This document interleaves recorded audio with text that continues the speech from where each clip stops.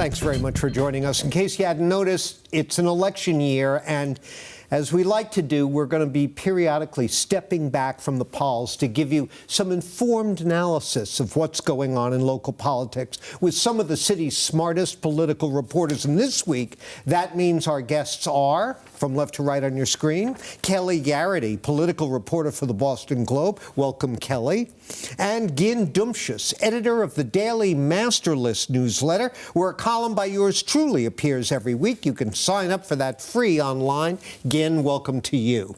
Thank you. So, Kelly, you recently did the Globe's write-up of the latest Globe-Suffolk poll in the governor's race. This was likely Democratic primary voters. And it showed a couple of things that caught my eye.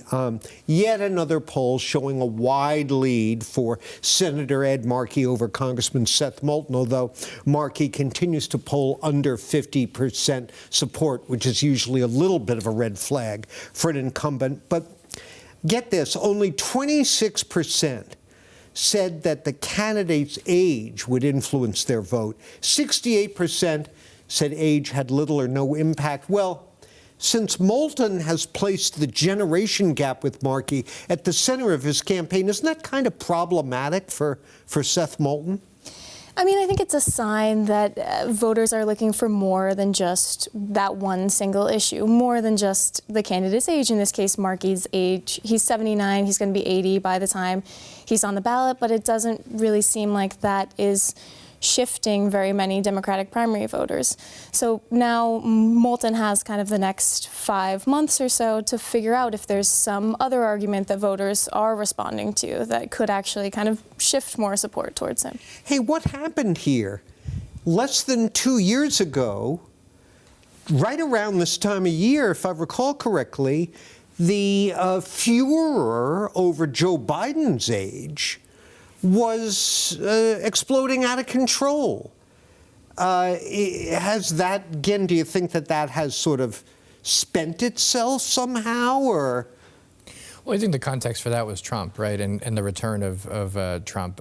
Here, I think there's certainly, if you ask Democrats, I don't get the sense there's a lot of happiness that Ed Markey is running again, but they've also somewhat accepted it.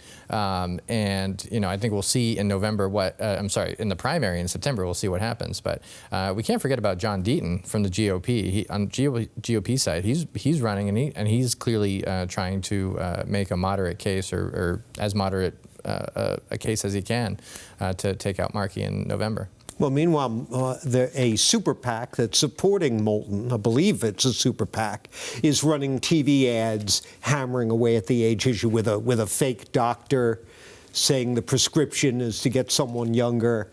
I don't know that that's necessarily effective. According to these numbers, it isn't. Sure. And Markey's got his own super PAC headed by his, I believe, his first campaign manager from half a century ago.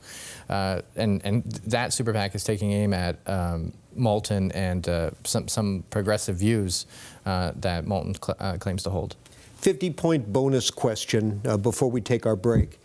I get the occasional phone call from some wise guys suggesting that Moulton might drop out of the Senate race and run for re-election to his House seat. Do either of you put any credence in that? I don't. Do you? No. No, not buying it? No, I don't think Good. so. All right, maybe I'm going to stop answering that guy's calls. And our viewers know that we tape late in the week. So while this is airing on Sunday and the Republican State Convention happened on Saturday, we can't really talk about what happened because we don't know yet. But here's a question that maybe brings us back to this Globe poll and recent polling that shows Maura Healey with a wide lead over any one of her opponents. Does it matter who the Republicans nominate? I think that's a great question. I think regardless of who ends up being the Republican nominee, that person is going to have a very hard time running in Massachusetts this year, just because Governor Healey has already made Donald Trump a big part of her reelection campaign, and I think it's going to be really hard for whichever Republican to kind of run away from the president. It seems like Mike Minogue might kind of have the advantage over the other Republicans running in this. He has some ties to President Trump, which I imagine the governor would be really jumping on come a general election. It's just such a short turnaround between September and November for any Republican to run, and Healey is running without any primary opponent. I mean, I agree with what you're saying. What about you, Gin? Is this just one of these midterm races that's nationalized, that's going to be a referendum on Trump? Absolutely, yes. And I think that's what Healey's been trying to do since the very beginning when Mike Keneally jumped into the race. Her folks were calling him MAGA Mike. So she's been trying to do this since the very beginning. I think competition is a good thing. I think voters appreciate that. The downside is, at least for the GOP candidates, is that Healey is very competitive. That's just in her personality, and you know, whatever she believes, or whether she likes the job or not, she's not inclined to lose it. Well, in the meantime, her numbers, not just in the Globe poll, but in other recent polling, keep going up. In spite of a news cycle that, you know, stories going back to the migrant crisis and then issues with the economy and housing, the cost of living, a tough winter on utility bills, nothing seems to stop her from gaining in popularity. Again, how do you account for that? Well, I think it's, again, comes back to the Trump administration setting a fairly low bar for competence. But I think also she's had her eye on the reelection ball for you know, ever since the presidential election passed. Her administration has been laser focused on, just from a messaging standpoint, on reelection. Well, she was here a few weeks back for an interview, and I asked her about the now infamous audit that Auditor DiZoglio, ever since 2 years ago, the voters, 72% of the voters approved, giving the auditor the right to audit the legislature. They've been fighting it in court. It's coming to a head in the SJC fairly soon. And yet, Kelly, the Globe poll showed in a trial primary heat, Healey would be beating DiZoglio by 50 points. Now, Healey was careful in that interview to say that she voted for it and she thinks the audit should go ahead.